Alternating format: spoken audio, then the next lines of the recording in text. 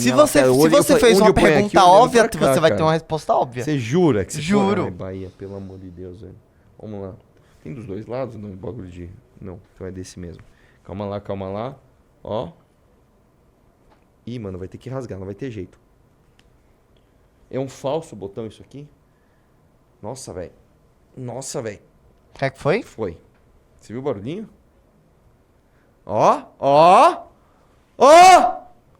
Muito bom. Então você vai ganhar este pin, você vai ganhar este chaveiro e você vai ganhar esta revista Valete, que está maravilhosamente recheada de coisas que você precisa saber, não é mesmo? Entre no clube. E vamos lá? tem coisas aqui que estão guardadas nesse grupo porque eu queria reagir só com você. Primeiro, é um tweet que viralizou sobre carros. Sobre carros? Obviamente, eu não vou colocar o Jota para falar sobre carros, porque o Jota... O Jota, como bom homossexual, ele não entende de carros. Ele não entende. Vamos lá. É urgente. O Brasil... Não. O cara não fez isso. Ele fez. É urgente o Brasil criar uma empresa estatal para fabricar todos os tipos de veículos. O Brasil é refém de empresas estrangeiras que sugam o dinheiro do brasileiro e enviam para suas matrizes no exterior.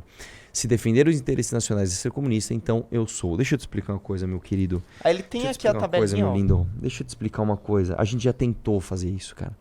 A gente não tentou criar uma estatal de carro, graças a Deus, né? O máximo perto que a gente chegou disso foi o Gurgel, né? Que pouca gente sabe. Eu vou te contar uma coisa também.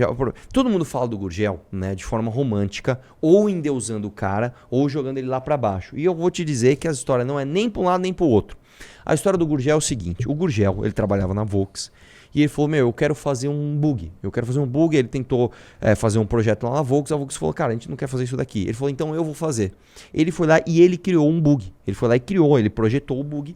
E ele usou, claro, peças da Volkswagen. Só que o bug fez muito sucesso. O bug foi um projeto assim que todo mundo, cara, que maravilhoso, animal, tal. E aí ele fez uma parceria com a Volks e ele começou a projetar outros carros usando peças da Volks. Inclusive o motor do Fusca e não sei o quê. E aí ele começou a crescer. O que aconteceu?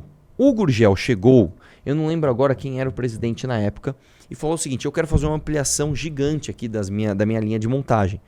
Né? Vocês fazem uma carga tributária diferenciada para mim? Para me proteger?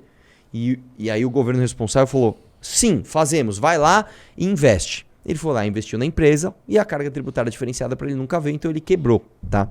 De um lado, sacanearam ele? Claro que sacanearam. Ele era um visionário? Era um visionário. Ele era um grande dinheiro? Era um grande dinheiro. Porém, não é que a gente teve a chance de ter uma multinacional de veículos e não foi isso. Ele ainda dependeria, né, de subsídio estatal para que o carro dele fosse competitivo. Então, vamos lá. Aí vamos falar então do que já aconteceu no Brasil. Se você perguntar, eu não sei quantos anos tem os seus pais, tá? Mas se o seu pai tiver mais de 50 anos, muito provavelmente ele vai saber que antes do governo Collor, né? Se teve uma coisa que o governo Collor fez de bom, foi isso, né? Antes do governo Collor, você não tinha abertura comercial para carro importado.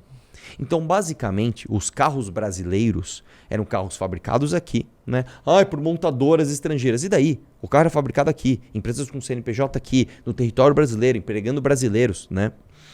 E a gente era muito atrasado. Pra você ter uma ideia, cara, assim, eu nasci em 1986. Eu sempre gostei de carro, desde criancinha. Eu juro pra você, com 5 anos eu apontava o nome dos carros e falava o nome, eu sabia tudo. Assim, você não via um Audi.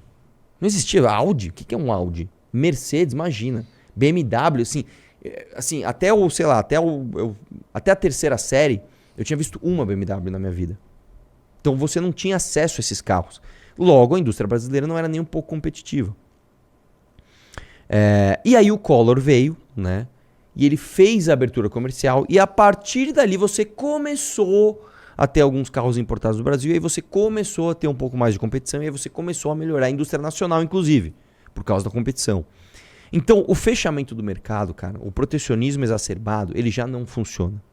Só que pior do que isso, você criar uma estatal de carro vai ser ainda pior, cara. Porque você vai ter mais custos, você vai ter prejuízo e você não vai fazer carros aos preços que você acha que são competitivos. Põe a tabela lá que nós vamos chegar lá.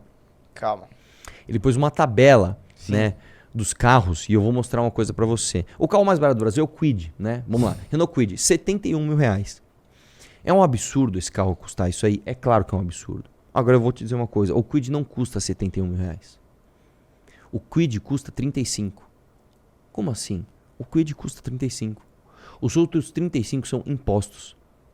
Você sabia disso? Nós somos um país onde a gente paga pouco imposto de renda. Pouco. Se você tem uma holding, você chega a pagar ali 6% de imposto de renda. É muito. Isso não existe, cara. No mundo inteiro, você paga altíssimas tarifas de imposto de renda. 25, 30, 40, às vezes até 50% de imposto de renda. Né? Aqui, se você for pessoa física e passar o teto, você paga lá 22,5% de imposto de renda, mas assim, são raras exceções. A maior parte das pessoas abre empresa, faz as coisas lá para pagar menos. Só que nós enfiamos imposto nos produtos e serviços. E os carros têm aproximadamente 50% de imposto. Então, cada vez que você compra um carro para você e um carro para o governo. O Kwid custa 35 mil reais. E digo mais ainda.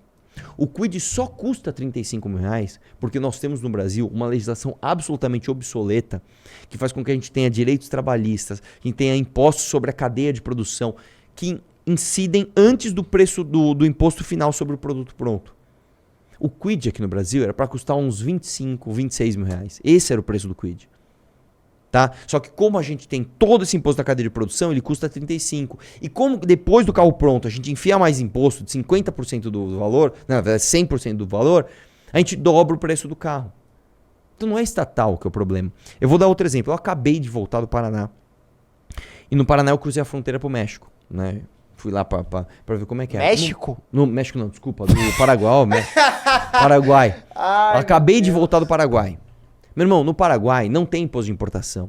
Então quem tem um pouquinho mais de condição tem acesso a carro importado. Então você vê um monte de Mercedes, Audi, BMW. Você vê um monte de carro bom na rua a preços competitivos. Porque lá você não tem imposto de importação, cara. Eles não têm indústria nacional de carros. Ah, então nós temos que proteger a nossa. Não, nós não temos um plano para a nossa indústria nacional. Nós temos um pastiche do que seria o nacionalismo.